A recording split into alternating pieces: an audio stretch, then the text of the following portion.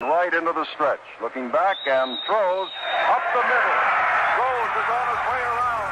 Picked up by Otis. Here comes the ready or not.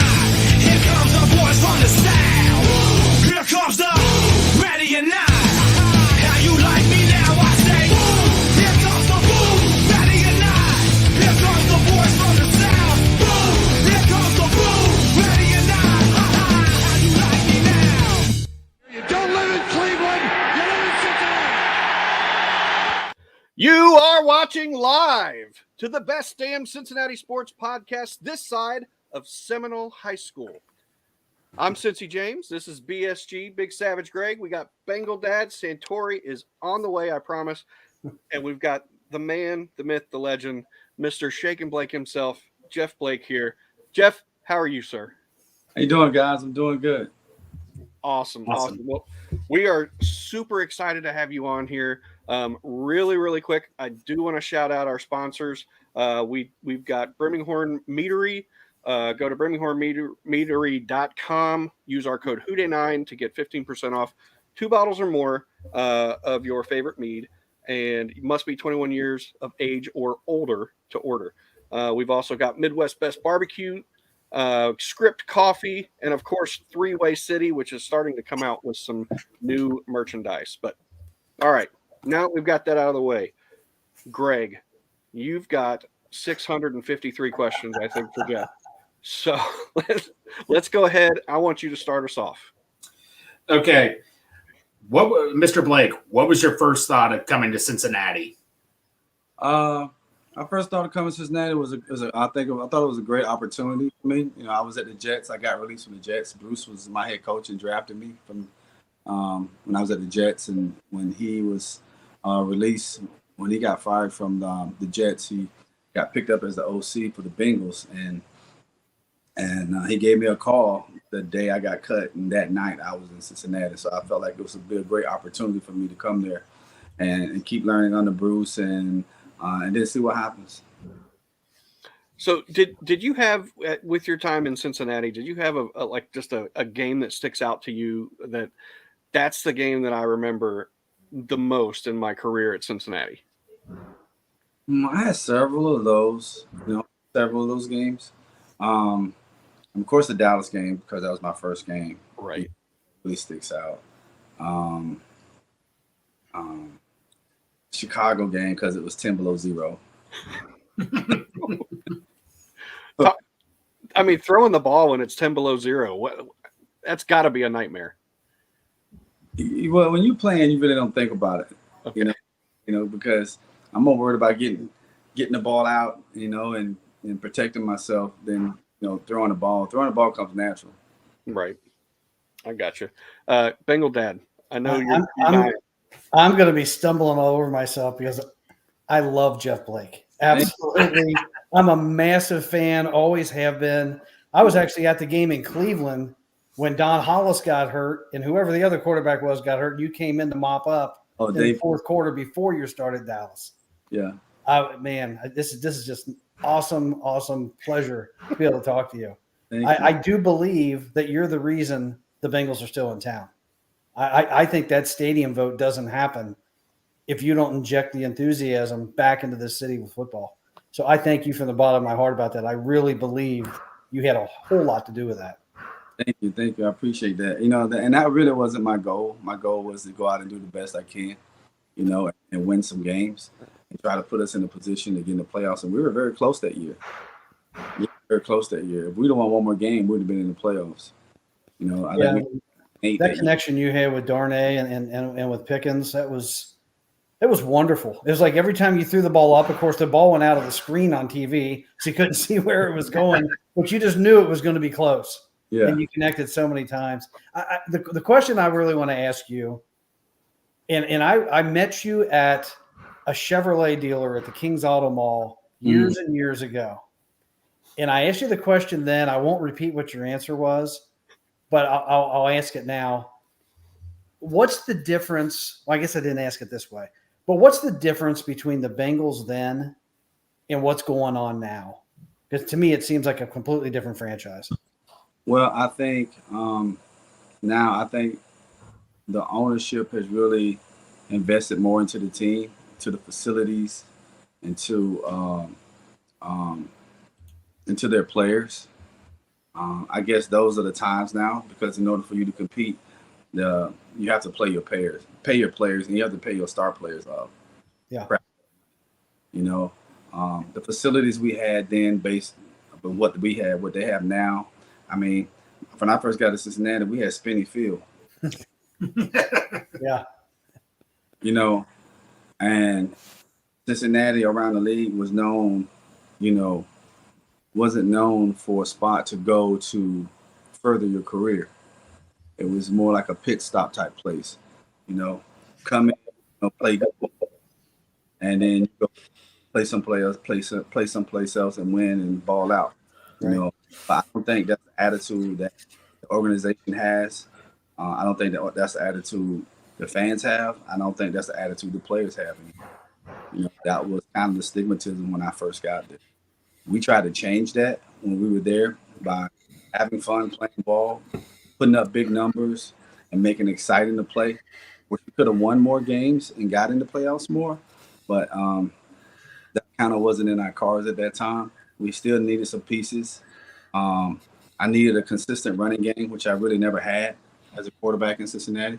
Even when Corey got there, um, I was, kind of moved around a little bit when Boomer came in, Neil O'Donnell came in, Akili came in.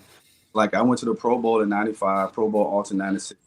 They bring in Boomer in '97, they bring in Neil O'Donnell in '98, and they bring in Akili Smith in '99. So I played, all 3 years that I was there, I was basically still fighting for my job. So that makes it tough for a young quarterback, Sure. and not to have to look over his shoulder. Joe Burrows don't have to worry about that. They're not bringing in, perennial starters every year to compete for his job. Absolutely. Jeff, we do have Santori that just was able to make it. How you So, doing? wanna Good. Jeff, I'm very honored to have you on here. I wasn't. I'll say I wasn't old enough to necessarily watch your career in Cincinnati, but that is my dad down there, Bengal dad, and Yeah. living vicariously through his stories. You are always in one of those upper echelons of all the guys that my dad ever talked about. So it's Thank you. truly thankful to have you on the show. Thank you. Appreciate it. Santori, go ahead and if you have a question or if you want somebody else. Someone else can go. I just got here. I don't really know what's been asked. I'll piggyback off somebody shortly. I wanna talk about the moon ball, the deep ball that you so eloquently could throw. Talk us through the mindset of throwing it the way that you did, because you had one of the best deep balls ever of any quarterback, in my opinion. So just talk us through that. Let us know like your thought process, how, why, everything about the way you threw that deep ball. Okay. Well, I mean, that's kind of my secret sauce. Okay, I don't really give information out a lot. So that's why I don't ever post my trainings or how I teach or how I coach. I never post that. I get it. So, because somebody's always listening, and somebody always trying to, take your stuff, make it their own. What I mean? That's the world of social media. But basically, I teach a little different. I throw it a little different. I can tell you this: I don't throw the ball to a spot. A lot of guys, when they coaching and teaching deep ball throws, they tell the quarterback to throw a ball to the spot and let the receiver go get it. My answer to that is, how you know he's gonna get there? You don't know if he's gonna get there or not. So I teach my quarterbacks, and I did myself. My job is to hit the receiver, drop the ball over his shoulder. So that's what my goal was: always drop it over to his shoulder. Not to throw the ball to a spot, but drop it over his shoulder. That's about all I can tell you, though. Well, it always seemed like that trajectory. It would just come like almost straight down into the pocket. It's sauce to that, though. Right. and you did it so many times with Carl Pickens and Darnay Scott. Talk about that connection that you had with those two. we developed that connection when I first got there, and I think the reason we were able to develop that connection was because, you know, we hung out a lot together. You know, we would go out to eat together. We would just hang out a lot together. And I developed that relationship with my receiving coach. We listened to the same music, everything. Where David didn't do that. David listened to country music. He's from Texas. He had a family. He would go home, and just, be with his family after practice. Well, after practice, me and the boys would go, have a drink or have something to eat, talk about football, talk about the things that we needed to do, how we want to get things done, how we're going to change it, how we want to have a prolific offense, how we're going to make that happen, how we're going to get that done. So you have to spend time together with your teammates outside the football field, to develop that chemistry. All right, and we developed that chemistry very well.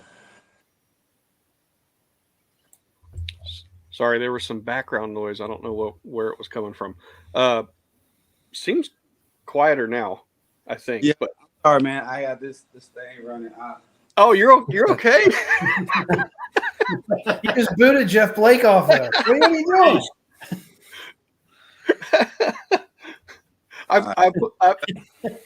I put it in the private chat just saying, like, there's a lot of background noise, and I saw Santori muted himself, and then you said, "Oh no, I got this thing running." Yeah. So I do have a question. I see you're wearing an IMG shirt, and I have a lot of respect for that program. I used to coach a little high school football myself, and unfortunately, I say unfortunate, maybe it's fortunate, we got to play IMG one time. It didn't go well for us, but it is what it is. Are you affiliated with them? I work with IMG. You do work with IMG currently? How long have you been there, if you don't mind me asking? 3 years. 3 years. Okay. Were you there around the Bishop Sycamore time, or was that right before you? You're there. Okay. Because I was the week after the Bishop Sycamore news broke. We played IMG Academy. Yeah, I was there. I was there at that game. So I was there. In Cincinnati. I remember that game. And I think we scored, then y'all went down and scored, and then that was it. Yep, it ended like 50-3, and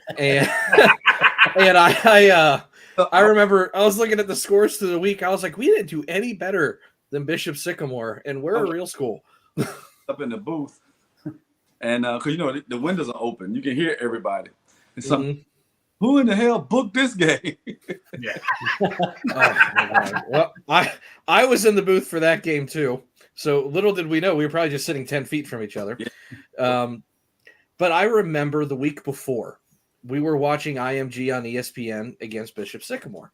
And I'm going, who's Bishop Sycamore? Like, I coach in the area. I figured I should know who this team is. I'd never heard of them. And, we're watching. We're in the coach's office trying to find some kind of rhyme or reason to what their defense is. And we're going, this is a nightmare. These guys are going to get slaughtered. I don't know what's going on here. And then the news breaks of everything going on a couple of days after that game. And I'm like, oh, this makes so much sense. So then we're going back and watching film because we have to play IMG the next week. And we're going, I don't think we can use any of this. Like, this is just going to be bad. Well, I mean, you had Katron Allen, who was the starting running back for Penn State. Mm-hmm. Right. You had Tyler Booker, who's the starting left guard for Alabama. You had Carnell Tate, who was one of their receivers at Ohio State. You had a bunch of dudes, man. We had a bunch of dudes on that team. I believe there were, I could be wrong, but I'm trying to remember because it was a few years ago. But I believe there were 4 D1 commits to Clemson's defense itself, and that was when Clemson was way up there. Yeah, but when the coach left and went to Oklahoma, guys decommitted. Most of them went to Georgia and Alabama. Yeah, I think there were at least it was either 15 or 17 D1 commits already on the starting defense alone, it seemed like. Yeah. And I just remember going through that roster going, I'm pretty confident in our ability because we just came off a state championship, but holy hell, this is I didn't think we were going to play Georgia tonight. Yeah.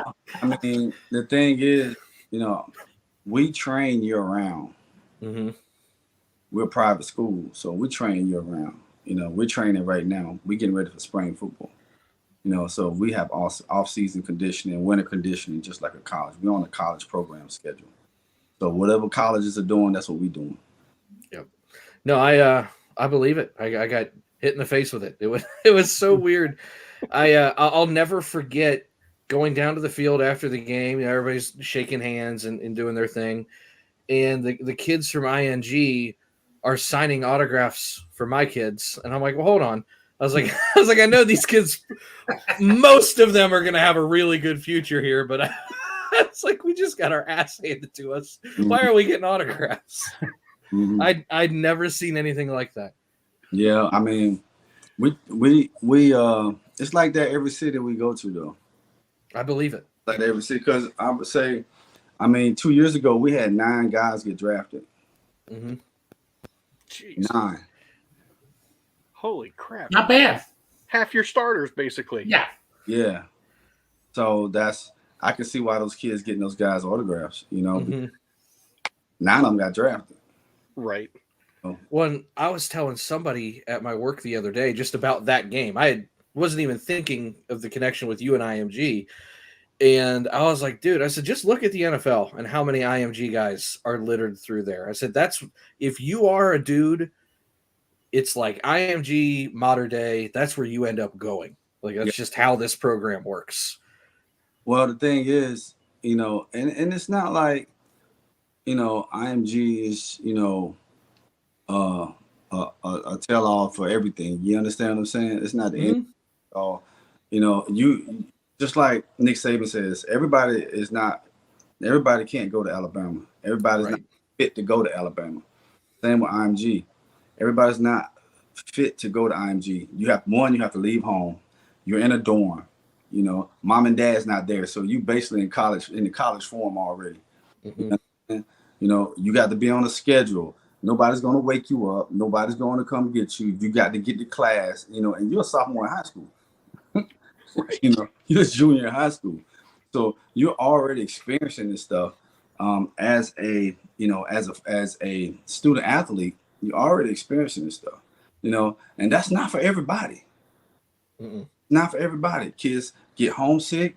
They want their mama's cooking. They want their mama to wash their clothes and do all that stuff. They want, and so a lot of kids, they sophomore and junior ain't ready. So that's not for everybody. The kids that come there, they're a different breed. And that's why they go to Alabama. That's why they go to Georgia. Mm-hmm.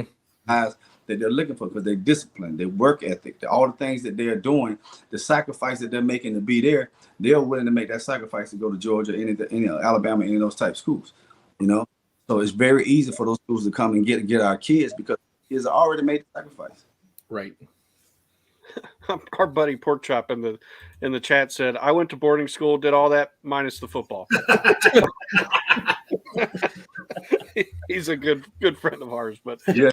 Speaking of a different breed, I've got a different breed on my shirt right here, Joe Burrow. Right. Talk about him and what you see from him and why he has put himself in this upper echelon of quarterbacks. He's winning. Yep. Yeah. Winning loves a lot. He has a good coach, he has a good head coach. He has really good players around him. He has a really good receiver. Running game is pretty decent. I think their running game could be better, and I think they should run the ball a little bit more and get the ball in that running back's hands a little bit more because he's a decent running back. Do some more play action. Take more shots down the field. But I think he's very charismatic. He seems like a mellow guy. It don't seem like he's all, everybody look at me type of guy. He seems like he's pretty even keel, pretty mellow. He goes out and he plays. He don't make a lot of fuss. He just goes out and does his job. Seems like a blue collar type guy. So he's in the perfect city for that. He's not a show me guy. He's not a real flashy guy. You know, he's in the perfect city for the type of quarterback that he is. You know, and I think it fits him. It fits him. I think that was a good draft pick for them. They picked the right quarterback. You know, and that's always the toughest thing is picking the right quarterback. It's always the toughest thing. You know, that we pick the right quarterback. Is he going to be the guy that's going to be the guy to take us to a Super Bowl? Which he did. He's very close. Right. Know? So it's a shame that he got hurt last year. You know, he had those injuries last year, kind of stalemated, you know, the season. But, you know, I'm sure they'll be back this year. And they'll be back stronger. And hopefully they can put it all together. You know, because I'm tired of seeing Kansas City. Yeah, we all are. Yeah. I'm tired of seeing Kansas City, you know. Eventually Pittsburgh going to be back in the fold. You know, the Ravens still in the fold. So it's not going to be easy. Ravens good. All right. Pittsburgh, they ain't going to be down for long. You know that. No. Right. Eventually. They're not going to be down forever. You know. And then you still that, and that's in the division, but then you got to deal with Kansas City outside the division. And then you got Cleveland, they played good last year. Yeah. You know, so it's NFL is, you know, pretty even comparable teams throughout the league. You know, you just a play here, a play there from being in the playoffs or not, for the most part, or winning a game. You know, you don't see a lot of blowouts anymore. No. Rarely in like a lot of blowouts. But I think Joe's a really good quarterback. I like to watch him. I like to watch him play. I think really good for the city. He's good for the organization. Hey, Mr. Blake, do you remember who Tom Gray is? Yes. Equipment manager for the Bengals. Usually, my coworker, his brother-in-law is Tom Gray Jr., and it seems like every former Bengal that's been on the show has an interesting story about Tom Gray, the equipment manager. Do you have any interesting stories or memories with him? Man, you guys got hella memories, man. I can't remember what I did yesterday. You know what I'm saying? So, yeah, I hear you. I mean, I played for 6 different teams, man. Okay. You know, so, but I do remember Tom. Oh man, let me try to remember.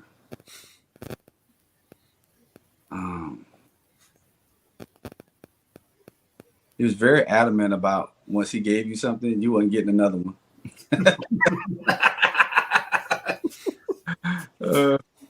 Hey, I gave you a pair of socks. If you want some more, there's some over there in the bin. Gotcha. That's it.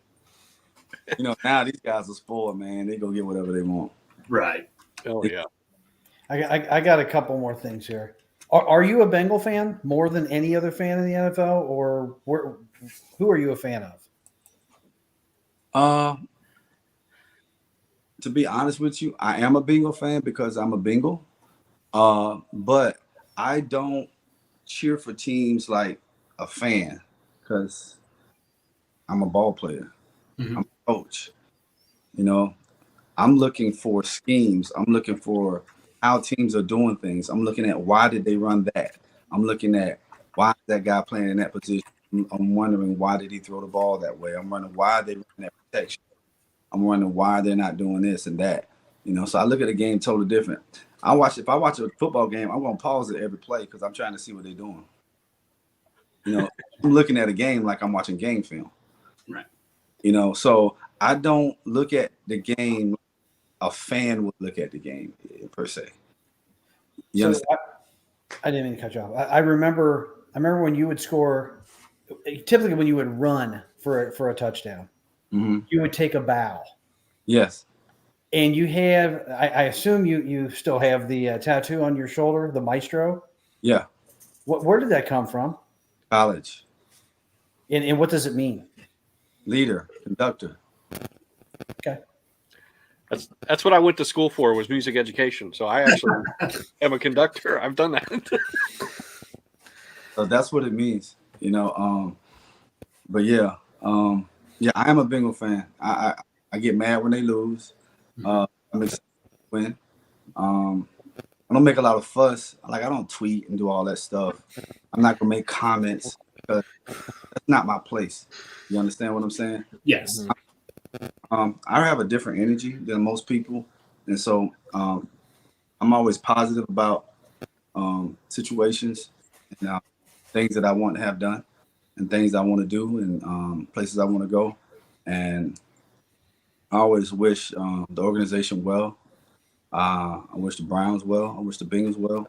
I don't think I've been up there. I think I've been to Cincinnati just like coach games or whatever, Ohio just games or whatever.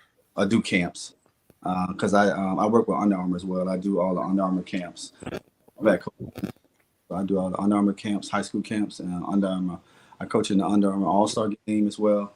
I was the offensive coordinator the last 3 years for the 8th grade game, quarterback coach, the high school game last year. So I stay busy, doing that kind of stuff as well on the weekends. We need to get you back to be a ruler of the jungle, if you know what that is. Actually, I don't. It's they elect one player, or sometimes it's maybe not even a player, but they'll elect somebody to start the game off with the Who Dey chant, and you're up on a stage and you got a staff, and Okay. it's something that a little theatrical that they do, and they have one for every game. Okay, yeah. We need to get Jeff Blake up there. Yeah, I need to come up there and do that. Then you can throw a football from the stage. Throw one of your moon balls from the stage. The person that keeps me abreast of everything that's going up there and how things are going is Willie Anderson. Me and Willie talk very consistently. He's a big advocate of mine. I'm a big advocate of his. He would tell anybody that about me and the relationship we had when we were in Cincinnati. But yeah, he tells me that he keeps me abreast of the things that's going on in Cincinnati, and he told me, man, you got to get back up there, man. You got to come up there and see everybody. People would love to see you, man. I was like, I would like to get up there, but I'm usually coaching, so it's hard. hard to just leave. You know what I'm saying? So, Absolutely. I have a couple quick ones, if you will. I always like to kind of go through and look at where some of our guests may have played elsewhere, other places in their careers, other stops they've had, because a lot of us know all the Cincinnati stuff. But you've got to play with guys like Ricky Williams, Joe Horn, Terrell Owens. But what's it like playing with T.O. and Ricky? I mean, some of the guys that I idolized growing up as a kid. Ricky very quiet. He don't say much. He would wear his helmet during interviews, that kind of stuff. Yes, I remember that. Yeah, I do. Great person though. He always was smiling. When the camera wasn't on him, he's just a regular dude. He just didn't like being in front of the camera, kind of like Barry Sanders. Mm-hmm. Didn't like being in front of the camera. He just wanted to play football, and want to live his life the way he wanted to live it, and without anybody judging him, because you never seen or heard Ricky judging anyone. Mm-mm. You never see him being opinionated or anything about anybody else and what somebody else was doing. Everybody was always being opinionated about him, which is crazy. You know what I'm saying? Mm-hmm. As long as he was doing his job and he wasn't hurting anybody, leave him alone. Right. But in the world we live in, everybody has their own opinion nowadays. You know what I'm saying? Mm-hmm. So you just either got to, filter it out and move on, and you can't let it affect you. Right. Santori, did you have another one? If you had anything about T.O., I know a lot of his career is very well documented. Yeah. T.O., you have to understand, these guys, it was several guys back then that understood what it was going to take to have a life after football. Mm-hmm. You see, other guys tried to do it, but it wasn't as successful. Like Joe Horn, he tried to do it, but he wasn't as successful as T.O. with it, Dion with it, Ocho Cinco with it. So these guys are still relevant today because of what they did in the pros. Their antics, the dancing, the Hall of Fame jacket, all the stuff Ocho did. Well, shoot, T.O. was doing the same thing, doing the setups in his driveway, all this kind of stuff. They wanted the camera on them at all times. Y'all don't understand. It's a marketing Had nothing. They weren't crazy. They weren't being, bad in the locker room. All this stuff. They putting on the show because they knew that would take them into the next side. So that's why T.O. is still relevant. That's why Ocho is still relevant. All right. Deion Sanders, prime, still relevant. The guys that did all that kind of stuff, they still relevant today. They on TV shows, they got sitcoms, they on reality TV, they got big time podcasts, they got all kinds of stuff, right? And you see guys who try to do it like Joe Horn and a couple other guys instead. You know what I'm saying? So, and then you see guys doing it today in today's game. Doing it in today's game. And then the guys who aren't doing it, they probably won't be irrelevant. They probably be irrelevant when their season is over with, when their career is done. And they'll fade to black, Right. So oftentimes, and it's probably very unfair, especially the way you just kind of walked through that, they get labeled as a locker room C word, if you will. Yeah. From your perspective, is that just incredibly blown out of proportion? Yeah, it's way blown out of proportion. Way blown out of proportion. I mean, 'cause cameras ain't on people; they just normal. But as soon as the camera on, they turn into different people. Right, actors. Yeah. They turn into different people. They change talk, the way they carry themselves, the way they laugh. Everything changes about them. When they see that camera on them. We're at about the Michael Irvin, same way. Yeah. We're at about the 32-minute mark. Are we doing okay on time there, Jeff? Yes, sir. We get a couple more minutes in. Okay. Awesome. Greg, I know you've got a few more. Yeah. So, which one should I pick here? Let's see here. What QB did you idol growing up? Well, I'm from Florida. I grew up in Florida. So Doug Williams. Oh, there you go. So Doug Williams and Dan Marino.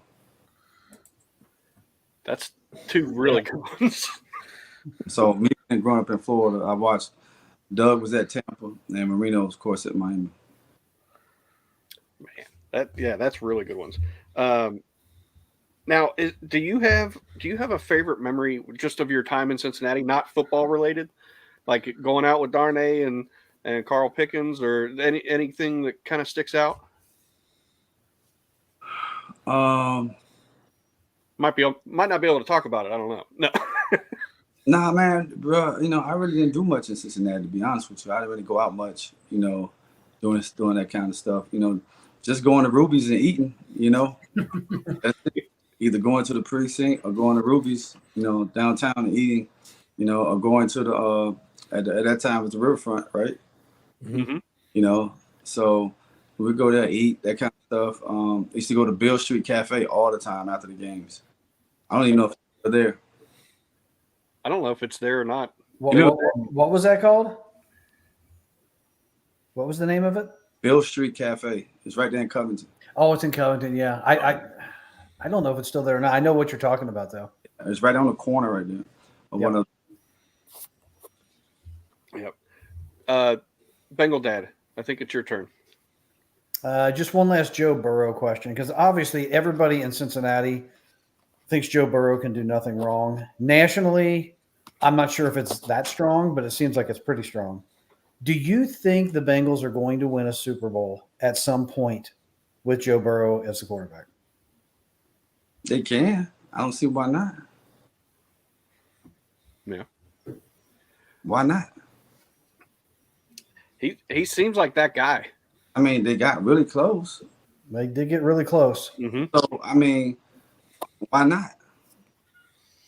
Yeah, I would say if they can find a way to keep the guys together, it seems like it can. That's the key. You got to keep your core players, and you got to add one core player. All right, you got to you got to have a good offensive line.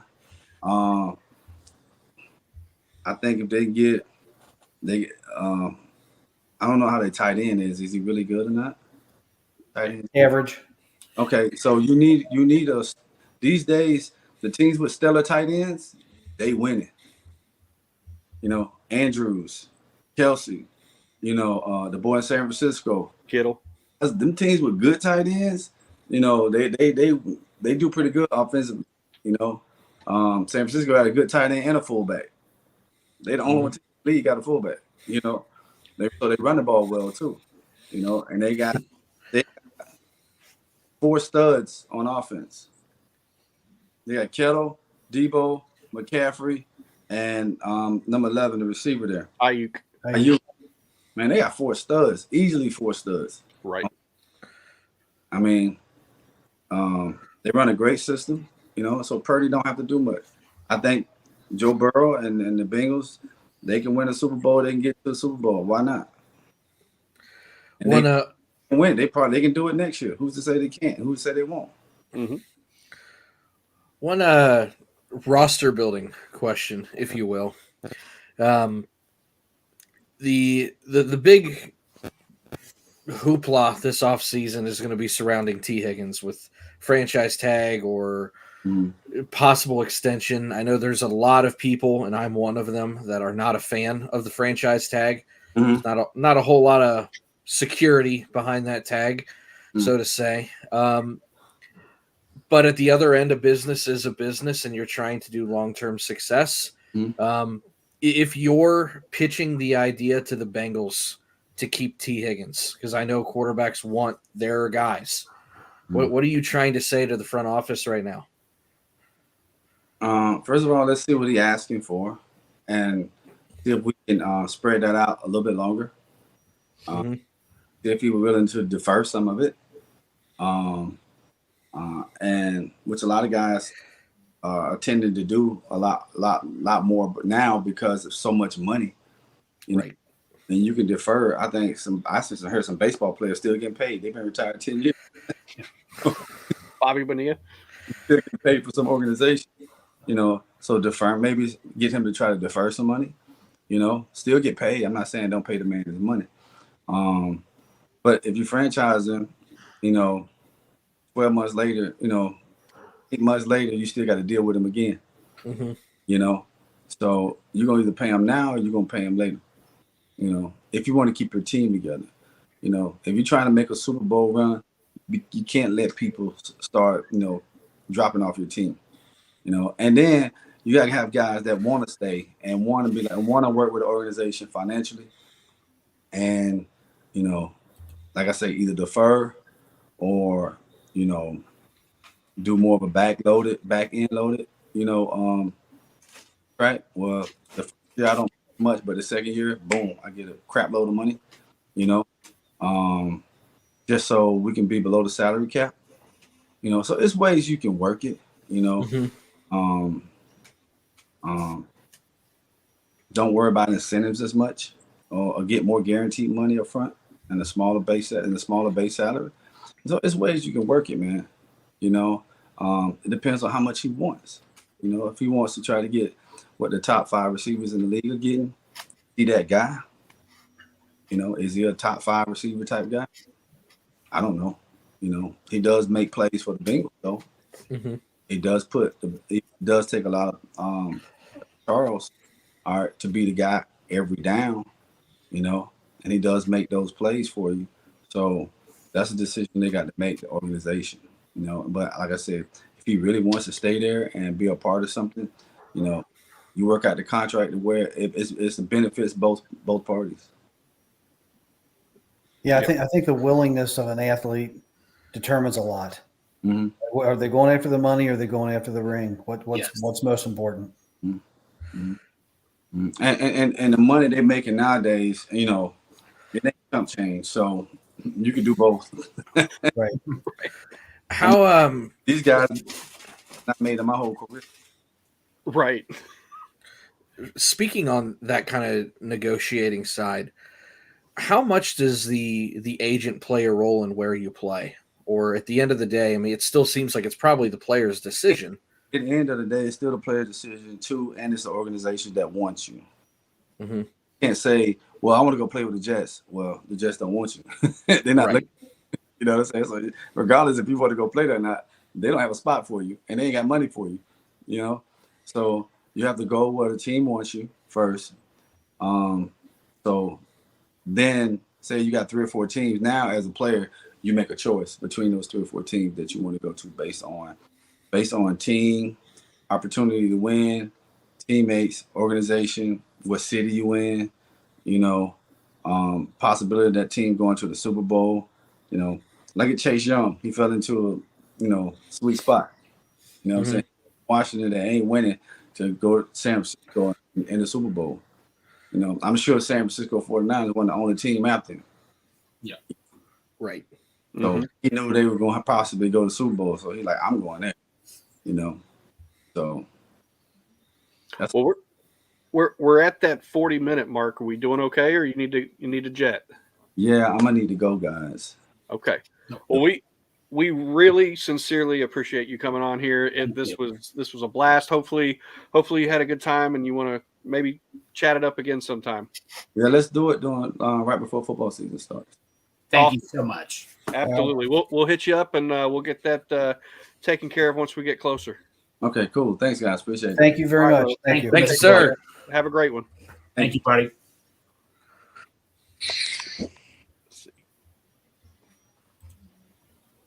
Well, that was God, that was awesome.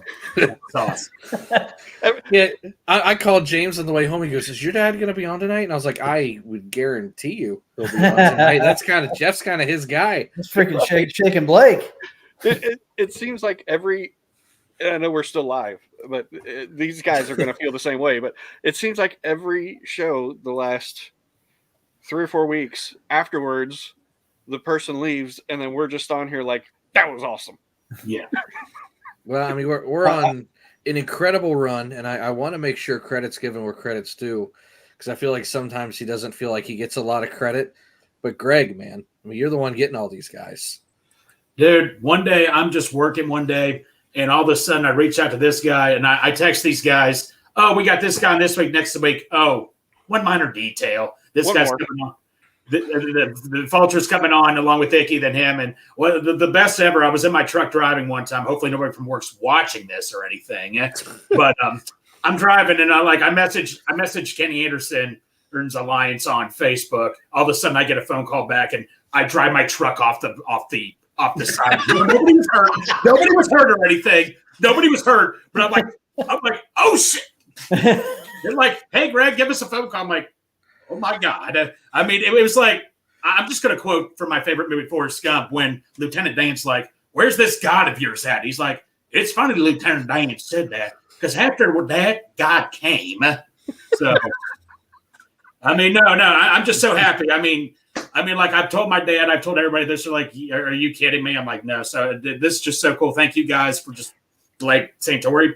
Thank you for letting me on the show, bud. That's all for this to happen. I don't Just know. keep I it don't coming, know what's Greg. in your secret sauce or what you're offering these guys, but keep it up, man. Hey, I just get an offer I couldn't refuse and all that and stuff. Like, look, I just go by the Gretzky quote: "You miss 100% of the shots you don't take." I just reach out or something. Well, sometimes I offer $1 million, but it's funny because a while back Greg had messaged Jeff and asked if he would come on the show, and then he answered back, but then kind of stopped. And I was like, "Hey, do you care if I message him?" And he's like, "No, go ahead." And so I messaged him, and he's like, "Yeah, when you want to do it?" What? well, see, my fear is I think Greg rubbed off on me. Yeah, but my real fear is, what if this is not the real person? What if this is not the real guy? And it's just some dude just posting? Is that like, that's my biggest fear? What's going to happen sometimes? So hey, I'm just so happy this all worked out. We're batting 1,000 right now for that. We're What's good. that? We're batting 1,000 right now. We're good.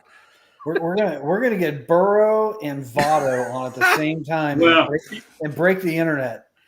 Well, you know what's going to happen. One time we're going to get somebody, and it's not going to be the real guy, and they're going to come on, and they're just going to be like, "Hey, what's up?" And then we're just I'll roll with it. We're just going to ask the same questions. Like, we got, but he's here now. Yep. What if? All right, I did message Taylor Swift. I don't think it's going to happen. Oh God!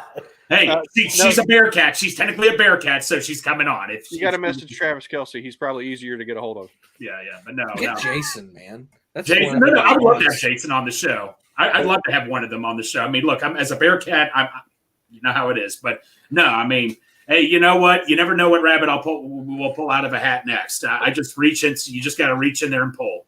Well, and keeping that keeping the train running, Thursday we've got That Ball Had a Family, John Sadak. Yes, coming sir. on the show. So, Oh my gosh. I mean, Here come all the Star Wars quips and. yep. I Oh, don't my know. goodness. Like, I don't know if I don't know what you guys think about, the TV broadcast team, but man, I love John Sadak. He's fun. He's really fun. I love him. All these sayings he comes up with. I know he's probably got them written down, ready to go. My but- favorite one with the sayings is Cowboy. Oh, I mean, Calvin, he's got some of those Southern sayings. Oh, They make you think for a second. Like, he's got like all these weird ones in the chamber. And I heard one the other day. It wasn't him, but it made me think of him. He said, "Boy, your mama's beans got me shitting through a screen door." And I was like, that's a cowboyism right there. It is. Yeah, no, no. So yeah, pitchers and catchers report. We've had all these guests on. We have pitchers and catchers report. I mean, I know a little bit of a downer thing.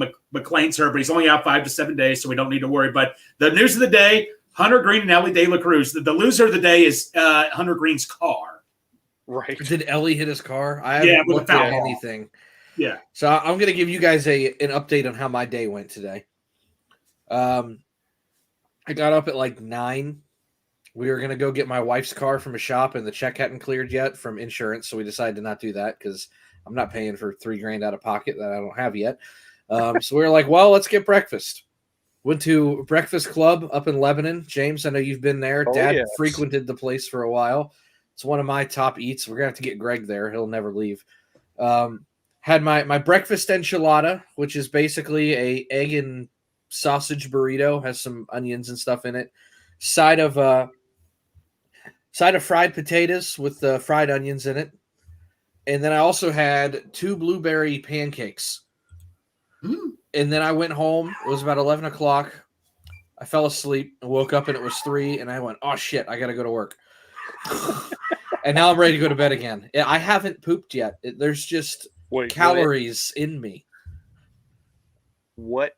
Are you sure? Are you okay? Like all I've done is I'm carb loaded and I don't know what to do. At some point, the day of reckoning is upon us, and it's going to be bad. That toilet's not going to have a good night. That's my boy. Oh my God!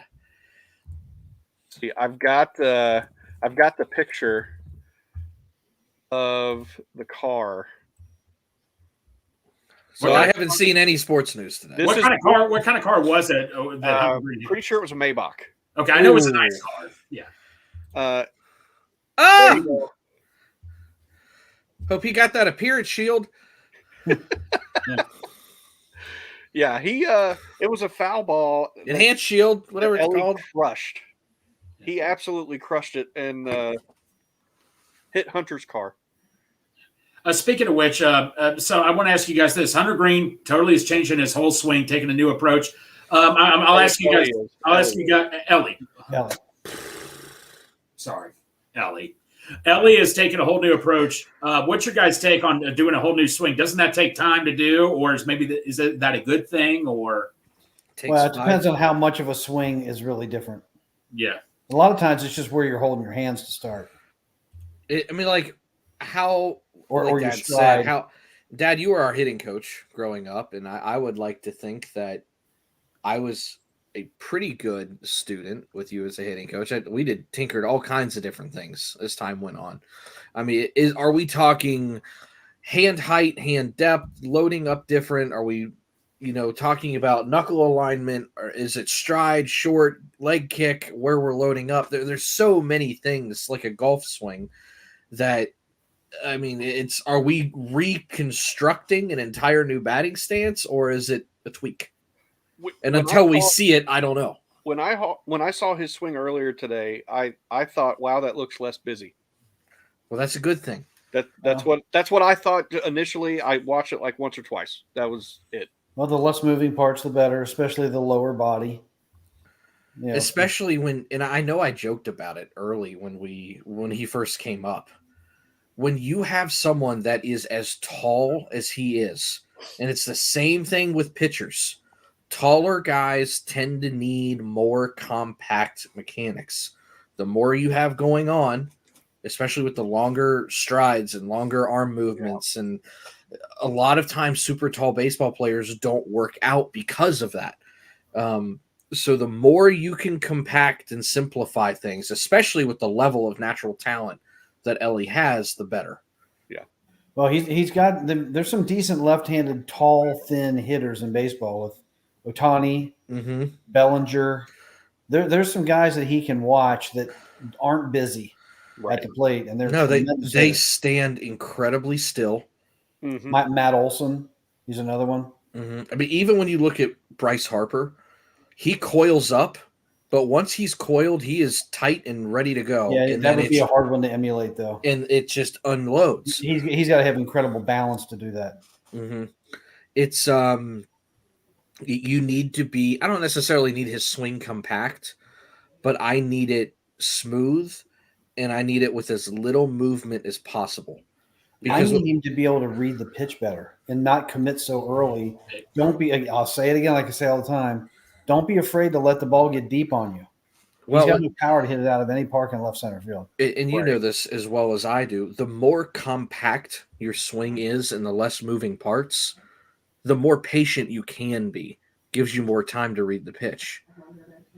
I have a suggestion for Ellie. If you guys ever seen the movie Benchwarmers, oh my God, I'll be right back, guys. David Spade, how he just kept ducking and ducking. There there was no pitch zone, and he walked on 4 pitches. That's what Ellie needs to do. Just really, really bend down, and there will never have anything happen. And the issue is if Ellie bends down, he's still 5'10". Yeah, he's still Matt McLean if he bends down. Or either that, or he gets batting lessons from Adam Dunn. No, I don't want him swinging and missing more. Hey, we still go 1 for 10 or 11. Then I'm at St. Tori. That's it for me then. Just little movement, compact swing, level bat. Just all the things that are always going to be the things that make Matt McLean as consistent and as dangerous. The things that make Spencer Steer consistent and dangerous. The things that make Noel V. Marte consistent and dangerous. Compact, short, flat bats. That has been tied and true since Babe Ruth. If you ever watch Babe Ruth's hitting mechanics, it is very compact and quick. Here you go.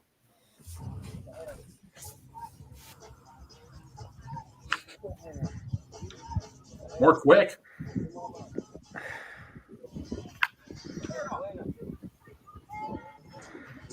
It'll come back through. Okay. It looks more natural because his right-handed swing last year was atrocious. Right. Is he going to stick to switch hitting? Looks like it from there because he's a much better left-handed hitter. Yeah. I want to see him hit the ball the other way, though. I can't stand when I just watch batting practice. They're all line drives to left center field. Since we were talking about it, I was like, I got to find that real quick. Oh, hey, Garth just saw it. Moved up from 5th. There you go, buddy. Jesus. Man, I was getting obliterated last night on Twitter. Like, for the most part, everybody that said something, we've talked it out. We're good to go. Right. You know, and it is true. Every year, Bengalorean and I get in some kind of spat. I'm a little bit of a jerk. I don't know what it is. I don't have any issue with Bengalorean, but for whatever reason, I tend to be overly opinionated. I got called a know-it-all on Twitter last night, and then I said something at work today regarding a car sale and got called a know-it-all, and my head about exploded. What the hell? I was like, quick. It's like, I guess I am now. I mean, I'm hearing it in all facets of my life. It is what it is at this point. That I was kind of just reeling and ranting and raving to my wife last night. And I was like, what am I supposed to not believe my own opinion? What the hell? Like, I was so, if you talk to me anytime between like 4 p.m. yesterday and within the last 2 hours today, I was on fire. It was just like we were at Skyline and I'm tweeting all kinds of people just going, and she's like, would you put your phone down? And I'm like, I can't not do it. And then I'm on things in the computer box. Yeah, and then I'm on here, and Jeff Blake's like, everybody's got an opinion. You don't have to post it. And I'm like, oops. I was like, I'm getting yelled at now by a guy I put up on a pedestal. I am. Yeah, he said, I don't tweet out stuff or nothing like that. And I'm just like, I saw your face. Hey, say Tori, if it makes you feel any better, I was kind of dealing with somebody else on Twitter also yesterday. Yep. Oh my god! And then I saw Bengal Dad went to I saw all of you guys, but I never envisioned my dad would be like, screw off, he's a good guy. And I was like, Dad, I was laying on the couch almost crying. I was like, my dad's Twitter fighting for me, and my wife's like, your dad is? I was like, I know. I was. The issue is, and this happens every year, and between the show, work, February is the worst month for mental health on the planet. Anybody that's ever gone through it knows that February is awful. Oh, absolutely. And then trying to complete this draft guide, which has been weighing on me, and I haven't been able to touch it in like 4 days. And then I very much, like I said, if you talk to me in that period of time, I was ready to fight anybody. Very much threw some strays at Dale that he did not deserve, where he was like, oh, he was like, how's the update? And I'm like, you don't trust me. And he's like, whoa. Like, I was. So for anybody that I've yelled at in the last, like, I don't know, 24 hours. Maybe. 24 hours or so, I'm really sorry. It's February. We had President's Day at work, which if you're in the car business, you know what President's Day means. Yeah. I had to work too. For reference, I normally sell like, and I'm average to a tick above average when I'm good. 13, 14 cars a month, so every other day. If I close the other 2 that I'm working on right now, it will have been 7 deals from President's Day alone. So the last 24 hours, my brain's just mush. Right. Yeah. I'm living off Monster Energy drinks. I haven't pooped yet. This is just, it's been rough. So for anybody that I've been mean to, Dale, Bengalian, except that one asshole that told me I'm a human mute button. Whatever. You. I'm sorry. It's been a month and a half in the last 72 hours.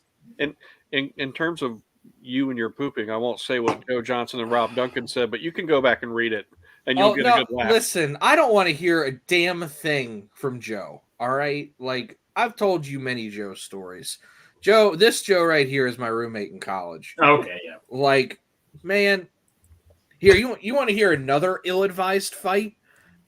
Is when, obviously, for those of you that watch the show, I've grown up very fortunate and got to do a lot of things, and I went to Marshall.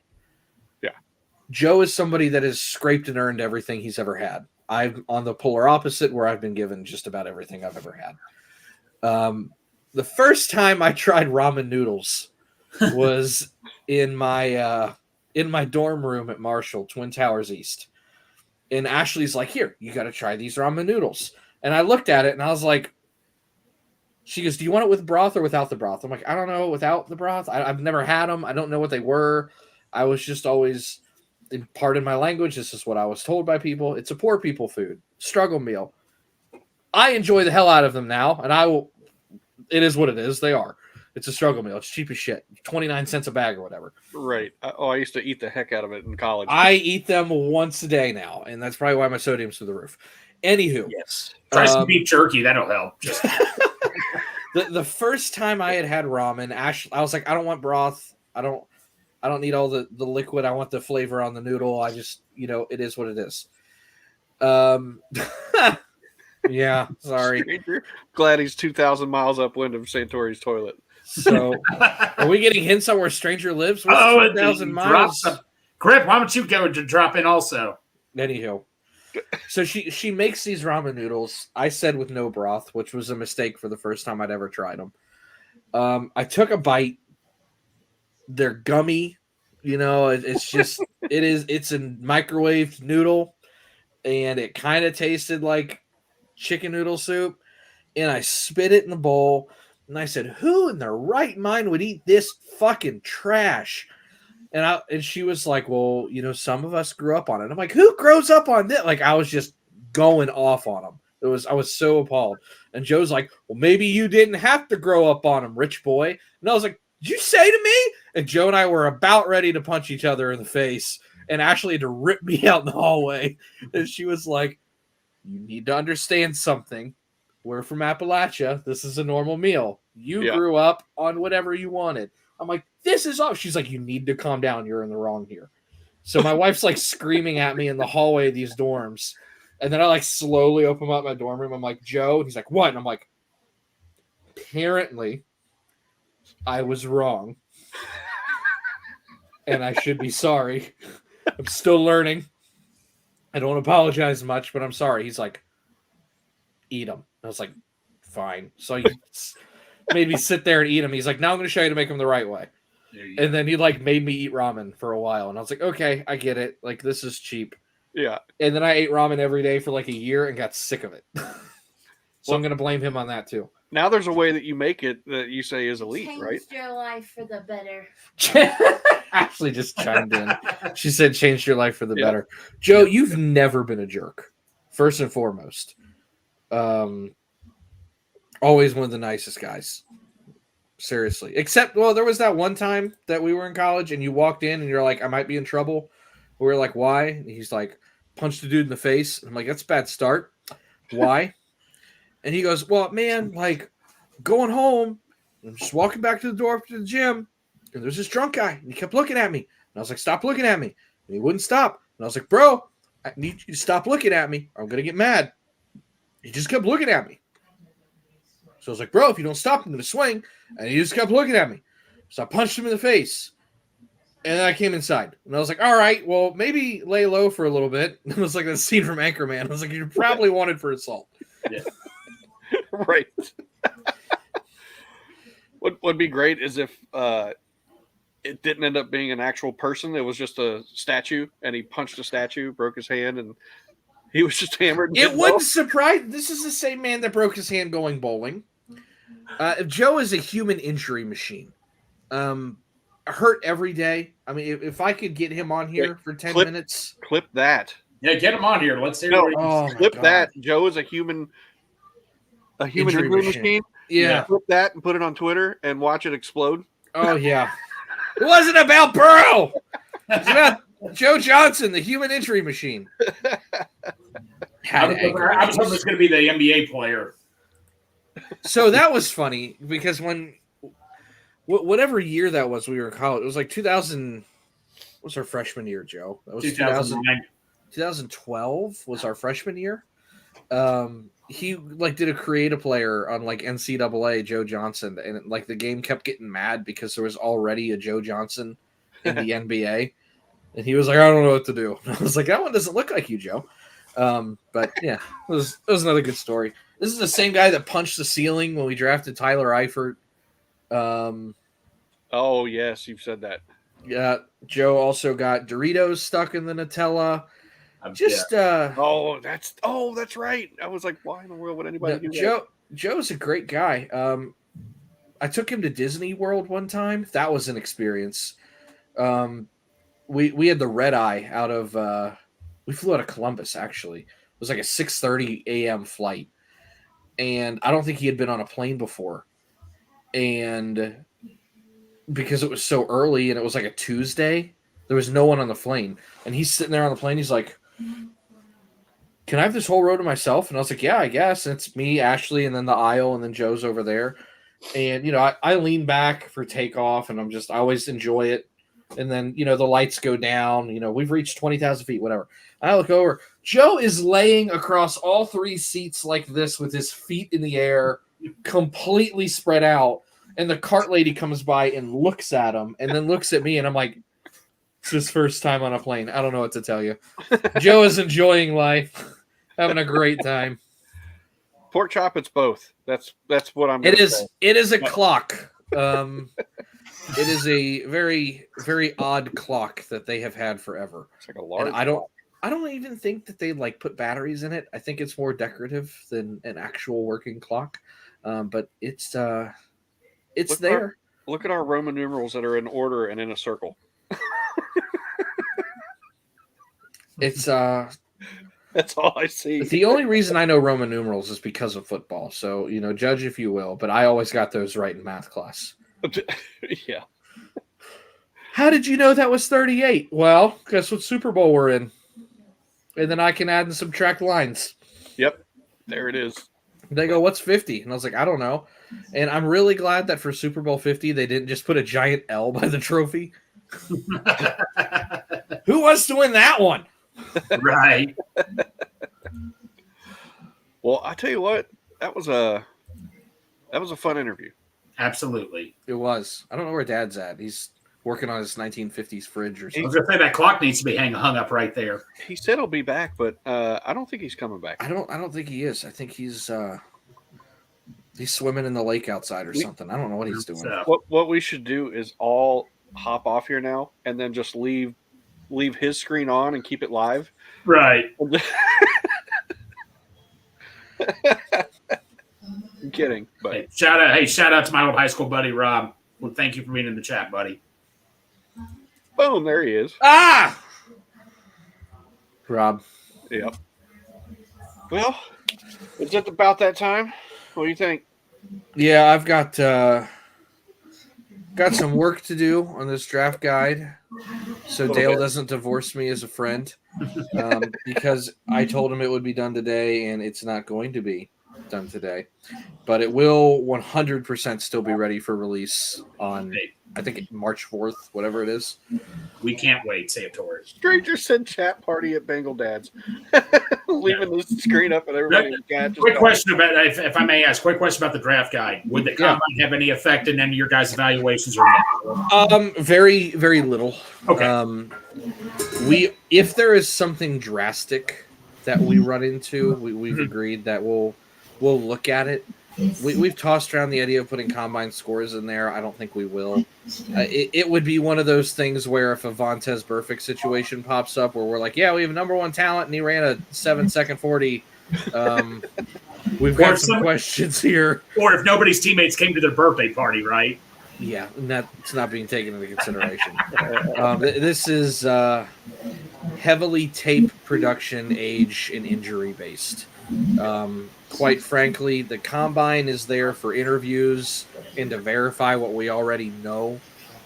So there may be, if I had to actually put a number on it, there may be 4 or 5 players that get moved up or down maybe one round due to a fantastic or terrible combine performance. We kind of know what we know already. Ask any coach in the NFL, the combines for interviews to get to know these guys. Exactly. They televise the underwear Olympics because it's funny to watch fat guys run and cool to watch skinny guys run fast. No one really gives a shit. Come on, Andre Smith. Yeah. Now, I will say the position it could affect if there's something freakish one way or the other would be like defensive ends. I do put a lot of emphasis on 3-cone drills where they're coming around the end. Yeah. Outside of that, I don't care what a quarterback's 40 time is. I don't care what an offensive lineman's vertical jump is. I don't care if an offensive lineman tanks the bench press or rips it apart. We've seen Russell Bodine set the record and be a terrible center. We've seen guys not make it through in, I think, didn't Orlando Brown, like, He tapped out? He had a horrible combine. Yeah. He fell out of the first round because of that. Yeah, it doesn't matter. No. Tape is king. Production's great. I worry about age, tape, size, injury. And even with the size thing, I got told Trent McDuffie was going to be a terrible corner because he had short arms. No. He's a Pro Bowl corner every year. Yep. If a guy can play, a guy can play. Yeah. We're looking for dogs. Some dogs have short arms. Let's go. Hey, Santori, can I ask you a Wonderly question? This is actually, it's about fast-paced thinking. Can you do me a favor? Say POTS, the word POTS 10 times as fast as you can. I just ask you a simple question. Pots. What do you do at a green light? Go. Oh, you're supposed to say stop. Okay, Yeah, I'm not dumb. Okay. I'm going to do it all, Greg. They got a bunch of players in that documentary that all said stop. It's supposed to be like fast thinking and all that. Well, it's like We've all done the fork one. Say fork 4 times fast. Fork, fork, fork, fork. Spell fork twice. F-O-R-K, F-O-R-K. Say fork 2 more times. Fork, fork, What do you eat soup with? spoon. Good job. Okay, cool. So Some people go fork. No, really? I literally spelled fork twice. Forktwice. I like when every once in a while you throw the curveball in there because people are ready for it. And you go, "What do you eat salad with? A spoon? Really? Shit." I've tried it, but it doesn't work. Well, all right. So for Santori Miles, we got Big Savage Greg down there. The Bengal Dad's clock that doesn't work. I'm Cincy James. For Jeff Blake, everybody, have a good one. Bye. And hooday! Filler. And right into the stretch. Looking back and throws up the middle. Rose is on his way around.